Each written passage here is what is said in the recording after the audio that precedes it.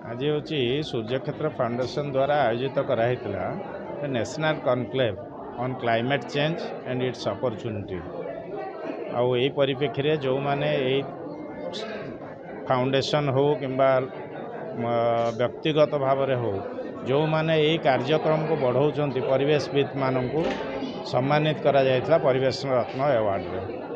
आउ आमे सूर्यक्षेत्र फाउंडेशन 2002 रु यही काम करी आसुची एवं एबे जो यशस्वी प्रधानमंत्री मान्यवर श्री नरेंद्र मोदी आह्वान देइचंती जे माटी माँ पाई गछटिए सूर्यक्षेत्र फाउंडेशन सही कार्यक्रम को समग्र भारत में सबुआड़े केमती अधिक रु अधिक ये कार्यक्रम बढ़ी पारिबो तापई पदक्षेप नउची एवं ओडिशा रे बेसिकली आमे माने प्रत्येक जिले में केमती सबु स्तर रे काम करी हबो सेथिपई आमे एई जो कर्मशाला विभिन्न जगह करने संगे प्रैक्टिकली मध्य केमती याकू करा जाई पारिबो ता विषय रे आज कार्यशाला है।